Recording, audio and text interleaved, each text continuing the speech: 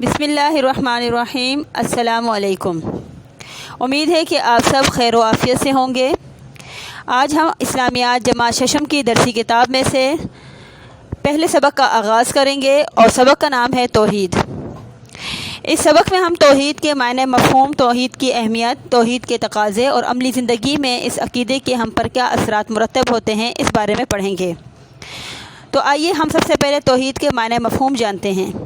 توحید عربی زبان کا لفظ ہے اور احد سے نکلا ہے۔ احد کہتے ہیں ایک کو۔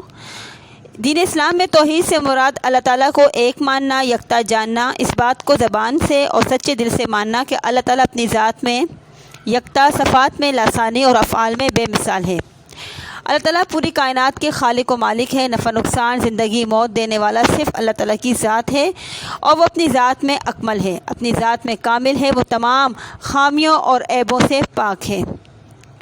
سورہ اخلاص کے اندر اللہ تبارک و تعالیٰ نے ارشاد فرمایا، قل هو اللہ احد اللہ الصمد لم یلد ولم یولد ولم یکن لہ کفوا احد۔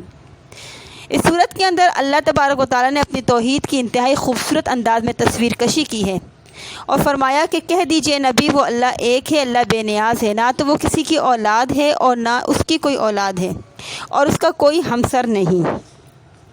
اسلام کا سب سے پہلا عقیدہ عقیدہ توحید ہے، جو کہ تمام عقائد کی بنیاد ہے۔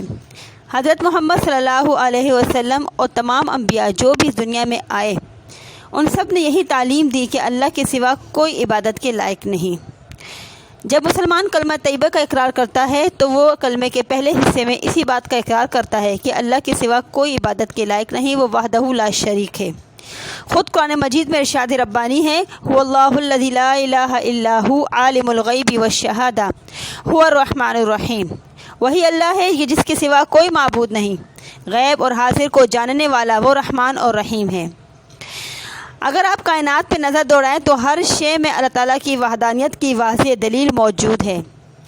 نظم و ضبط، کائنات کی ترتیب، سورج چاند کا اپنے وقت پر آنا جانا، رات اور دن کا مقررہ وقت میں آنا، توحید باری تعالیٰ کی نشانیاں ہیں۔ اسی طرح حدیث نبوی ہے کہ جو شخص اس حال میں مرا کہ وہ یقین رکھتا تھا کہ اللہ کے سوا کوئی معبود نہیں، وہ جنت میں جائے گا۔ یعنی اللہ کی وحدانیت کو سچے دل سے تسلیم کرنا اور مرتے دم تک اس پہ قائم رہنا، یہ ایمان کی بنیادی شرط ہے۔ اسی کے بالمقابل توحید کی ضد شرک آتی ہے۔ شرک کے معنی حصہ داری اور ساجھے پن کے ہیں اور شرک کی انتہائی مذمت قرآن کریم میں بیان ہوئی۔ اللہ تبارک و تعالیٰ نے شرک کو ظلم عظیم کہا اور فرمایا، ان الشرک لظلم عظیم، یقیناً شرک بہت بڑا ظلم ہے۔ اللہ تبارک و تعالیٰ چاہیں تو سارے گناہ انسان کے معاف کر دیں، لیکن وہ شرک کو کبھی معاف نہیں کریں گے۔ توحید اللہ تعالیٰ سے محبت اور ایمان کی بنیاد ہے۔ جب ایک انسان عقیدہ توحید کا اقرار کرتا ہے تو اللہ تعالیٰ کی رضا کے لیے اس کا ہر عمل ہو جاتا ہے۔ اسی لیے یہ ممکن کوشش ہوتی ہے اس انسان کی کہ وہ اللہ کو تمام کائنات کا خالق اور مالک مانے، اللہ کی ذات و صفات میں کسی کو شریک نہ ٹھہرائے، صرف اللہ کی عبادت کرے، اللہ سے دعائیں مانگے اور اسی پر توکل اور بھروسہ رکھے۔ جب کوئی شخص دین اسلام میں داخل ہوتا ہے اور سچے دل سے اس عقیدے کا اقرار کرتا ہے، اللہ تعالیٰ کے احکامات پہ عمل کرتا ہے، تو اس کی زندگی میں بھی اس کے مثبت اثرات مرتب ہوتے ہیں۔ یہ عقیدہ انسان کو اللہ تعالیٰ کے آگے جھکاتا ہے، کسی اور کے آگے نہیں جھکاتا۔ یہ عقیدہ انسان کو عزت نفس عطا کرتا ہے، خودداری پیدا کرتا ہے، انسان کے اندر عاجزی پیدا کرتا ہے۔ اللہ تعالیٰ پر مکمل ایمان رکھنے سے انسان کے اندر بہادری پیدا ہوتی ہے، وہ کسی سے بھی نہیں ڈرتا۔ اللہ کا خوف اور ڈر اس کے دل میں ہوتا ہے، وہ کسی شیطانی وسوسوں اور ہتھ کنڈوں کا شکار نہیں ہوتا۔ ایسے انسان کو قلبی اطمینان، دل کا سکون ملتا ہے۔ یہ عقیدہ انسان کو نیکی کی راہ پہ چلاتا ہے اور برائیوں سے دور رکھتا ہے، انسان میں صبر اور شکر جیسی صفات پیدا کرتا ہے۔ یہ عقیدہ انسان کے اندر تقوی پیدا کرتا ہے اور اسے گناہوں سے بچاتا ہے۔ عقیدہ توحید کا تقاضا یہی ہے کہ اللہ تعالیٰ کو حقیقی خالق مالک مانا جائے، اس کی عبادت کی جائے، اسی سے دعائیں کی جائے، اسی کو پکارا جائے، یہ یقین رکھتے ہوئے کہ وہ ہماری شہرک سے زیادہ قریب ہے، وہ ہر وقت ہمیں دیکھ رہا ہے، سن رہا ہے، ہمارے ہر عمل پر اس کی نظر ہے۔ اور ہمیں چاہیے کہ ہم اسی کی عبادت کریں، اسی کے احکامات پہ عمل کریں تاکہ دنیا اور آخرت میں ہم کامیابی حاصل کر سکیں۔ امید ہے بچوں کہ آپ کو یہ سبق کا جو خلاصہ میں نے بیان کیا ہے وہ اچھی طرح سے سمجھ میں آ گیا ہوگا۔ اب چلتے ہیں مشق کی جانب۔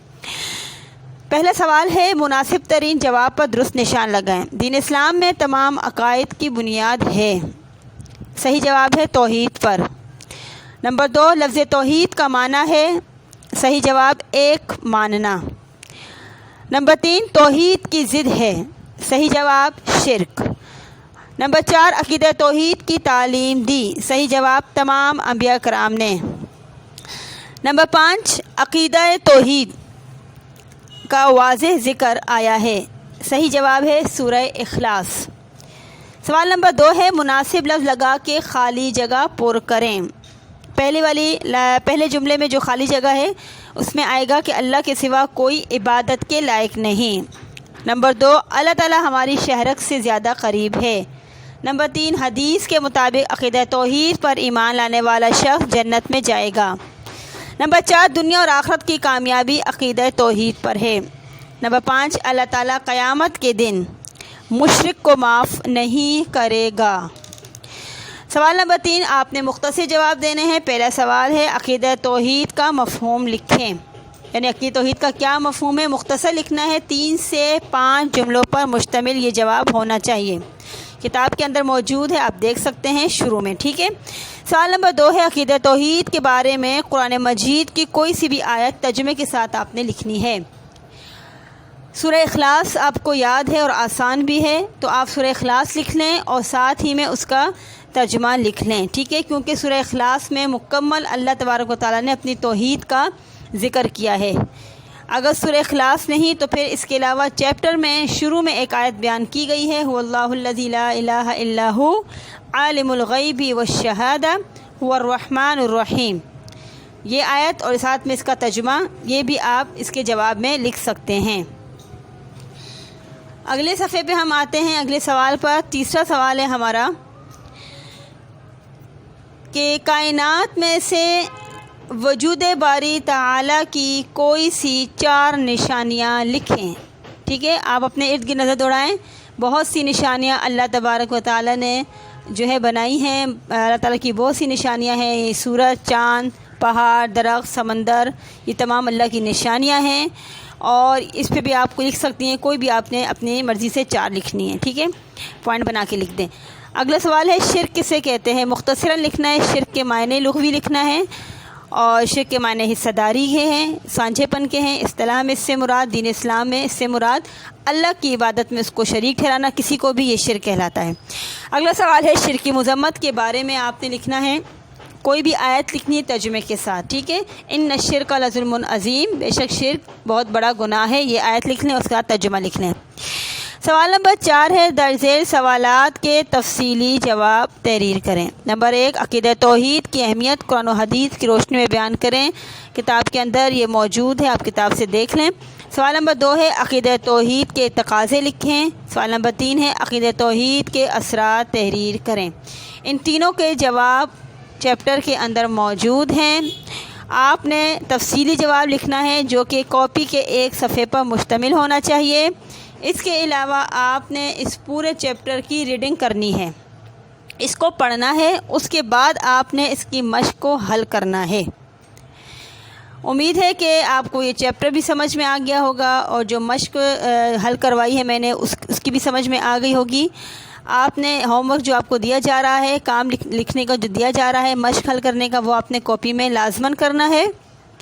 اگلی ویڈیو میں ہم نئے چیپٹر کے ساتھ پھر حاضر ہوں گے۔ اور اس کے علاوہ ایک بات اور جو آپ سے کرنی تھی کہ آپ نے ایک چارٹ پیپر بنانا ہے، اور چارٹ پہ آپ نے کوئی سی بھی 10 اللہ تعالیٰ کی بنائی ہوئی قدرت کی نشانیاں تحریر کرنی ہیں، کوئی سی بھی 10، ٹھیک ہے، آپ نے بنانی ہے۔ مثال کے طور پر آپ سورج، چاند، ستارے وغیرہ کوئی بھی آپ تصویر بھی بنا سکتے ہیں، اور ساتھ میں وہ فہرست بھی بنا لیں۔ یہ آپ کی سرگرمی ہے، ایکٹیویٹی ہے جو آپ کو دی جا رہی ہے۔ پھر اگلی ویڈیو میں ہم حاضر ہوں گے ایک نئے چیپٹر کے ساتھ۔ اگر کوئی سوال ہے یا کوئی مشکل پیش آئے تو آپ پوچھ سکتے ہیں۔ تب تک کے لیے اپنا خیال رکھیے گا۔ اب اجازت چاہتی ہوں آپ سے۔ اللہ حافظ، فی امان اللہ۔